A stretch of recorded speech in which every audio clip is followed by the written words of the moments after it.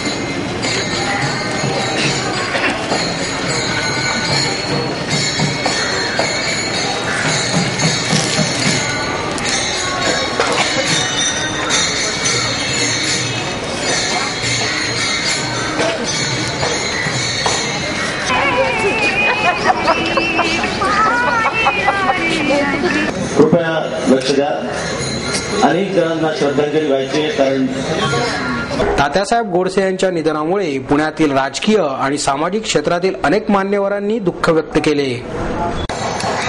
सार्वजनिक गणेशोत्सवाचं स्वरूप लोकमान्यांना जे अभिहित होतं ते या गणेशोत्सवाच्या माध्यमातून समाज प्रबोधनाचं, भक्तीचं, मार्गदर्शनाचं, मांगल्याचं, देशभक्तीचं आणि सामाजिक भान निर्माण करणारं तर अतिशय अमूल्य काम वैकुंठवासी तात्यासाहेब गोडसे यांच्या नेतृत्वाखाली, मार्गदर्शनाखाली या महाराष्ट्रामध्ये गेली अनेक वर्ष अत्यंत यशस्वीपणे या ठिकाणी चालू आहे। गणेशोत्सव आदर्श पद्धतीने कसा चालावा याचं एक उदाहरण तात्याने आम्हा सगळ्यांच्या पुढे गुरुच्या रूपाने ठेवलं। आज दुर्दैवाने तात्या आपल्यातनं गेले, त्यांचा आदर्श ठेवून त्यांनी दिलेली शिकवण आपण आपल्या आचरणात आणावी। दगडूशेठवरून जाणारा प्रत्येक माणूस गणपतीला नमस्कार करताना तात्यांना कधीच विसरणार नाही। तात्यांच्या आत्म्याला सद्गती देव ही परमेश्वर चरणी प्रार्थना। मी माझ्या वतीनं, माझ्या कुटुंबियांच्या वतीनं, कसबा मतदारसंघाच्या वतीनं तात्यांना भावपूर्ण श्रद्धांजली अर्पण करतो.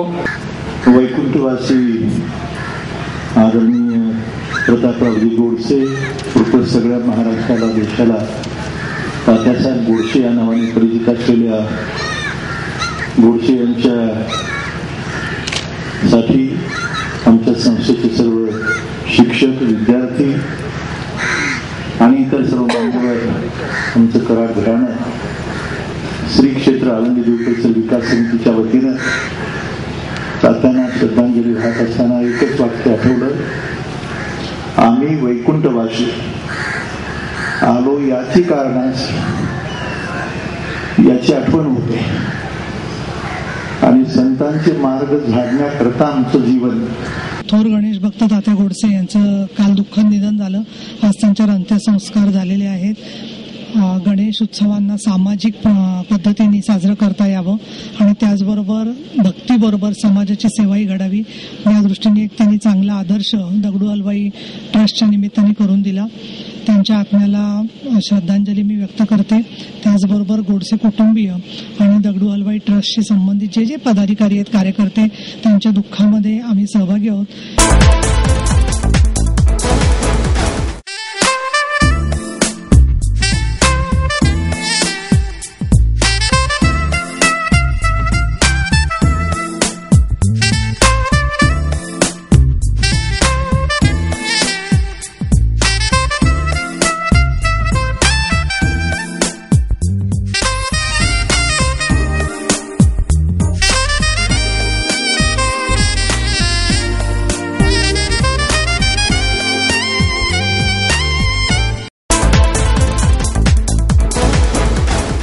महाराष्ट्र राज्य माध्यमिक आणि उच्च माध्यमिक मंडळाच्या वतीने घेण्यात येणाऱ्या 10वीच्या परीक्षेला 1 मार्च पासून सुरुवात झाली. महाराष्ट्र राज्य माध्यमिक आणि उच्च माध्यमिक शिक्षण मंडळाच्या वतीने राज्यात 10वीची परीक्षा घेण्यात येते. यंदा या परीक्षेला राज्यभरातून सुमारे 17,11,214 विद्यार्थ्यांनी नोंदणी केली आहे. त्यामध्ये 9,46,218 विद्यार्थी तर 7,64,996 विद्यार्थ्यांचा समावेश आहे. परीक्षेसाठी राज्यभरात 3,730 परीक्षा केंद्रांची निश्चिती करण्यात आली आहे. पुणे विभागातून एकूण 2,70,230 विद्यार्थ्यांनी नोंदणी केली असून त्यापैकी 1,51,737 विद्यार्थी तर 1,18,493 विद्यार्थिनी आहेत. पुणे विभागात 488 परीक्षा केंद्रे नियुक्ती केली आहेत. अपंग गटातून राज्यभरातून 6,441 विद्यार्थी बसले असून पुणे विभागात 897 अपंग विद्यार्थी आहेत. परीक्षेच्या दरम्यान कोणताही अनुचित प्रकार घडू नये यासाठी गैरमार्गाशी लढा या अभियानाअंतर्गत कृती कार्यक्रम आखण्यात आला आहे. 12वी प्रमाणे 10वी साठी सुद्धा गैरप्रकार रोखण्यासाठी एकूण 245 भरारी पथके जिल्हाधिकारी व विभागीय आयुक्तांच्या अध्यक्षतेखाली दक्षता समिती, महिला भरारी पथक, विशेष भरारी पथके नेमण्यात आली आहे. मंडळाचे सदस्य आणि शासकीय अधिकारी परीक्षा केंद्रांना आकस्मिक भेटी देणार आहेत. परीक्षा केंद्रांचे व्हिडिओ चित्रीकरण करण्यात येणार आहे. विद्यार्थी आणि पालकांच्या तक्रार निवारण करण्यासाठी विभागीय मंडळ निहाय हेल्पलाईन सुरू करण्यात आले आहेत. विद्यार्थ्यांनी हेल्पलाईनवर संपर्क साधावा असे आवाहन राज्य मंडळाच्या वतीने करण्यात आले आहे. पुणे शहरात केलेल्या पाणी कपातीच्या निषेधार्थ महाराष्ट्र नवनिर्माण सेनेच्या वतीने महापालिकेत तीव्र आंदोलन करण्यात आले. शहराध्यक्ष बाळा शेडगे, गटनेते रवींद्र धंगेकर आणि उपाध्यक्ष अजय शिंदे यांच्या नेतृत्वाखाली हे आंदोलन करण्यात आले. महापालिकेतील पाणी पुरवठा आणि मलनिस्सारण अधीक्षक अभियंता व्ही.जी. कुलकर्णी यांच्या कक्षात शिरून जवळपास 60 ते 70 कार्यकर्त्यांसह त्यांना घेराव घालण्यात आला. पाणी आमच्या हक्काचे, नाही कोणाच्या बापाचे, कोण म्हणतं देणार नाही, घेतल्याशिवाय राहणार नाही अशा घोषणाही यावेळी देण्यात आल्या. पुण्याला पाणी देत नाही, परंतु लवासाला कसा काय पाणी पुरवठा होतो? अजित पवारांच्या सांगण्यावरूनच तुम्ही पुण्याचे पाणी तोडले काय? पुण्यातील धरणांमध्ये 27 टीएमसी पाणी साठा असताना अचानक तो 15 टीएमसी कसा झाला? अशा प्रश्नांच्या माऱ्यापुढे अधीक्षक अभियंता अक्षरशः हतबल झाले. जोपर्यंत शासनाचा पाणी कपातीचा निर्णय होत नाही तोपर्यंत पाणी पूर्ववत चालू ठेवू असे लेखी आश्वासन देत नाही तोपर्यंत आम्ही येथून तुम्हाला जाऊ देणार नाही असा पवित्रा मनसेच्या कार्यकर्त्यांनी घेतला. घेतला, परंतु निर्णय घेण्यात टंगळमंगळ करणाऱ्या अधिकाऱ्यांच्या अडेलतट्टू धोरणाला प्रत्युत्तर म्हणून या कार्यकर्त्यांनी त्यांच्या अंगावर पाणी ओतले. अखेर ही मात्रा लागू पडली आणि अधिकाऱ्यांनी त्यांची मागणी मान्य केल्यावरच हे आंदोलन मागे घेण्यात आले.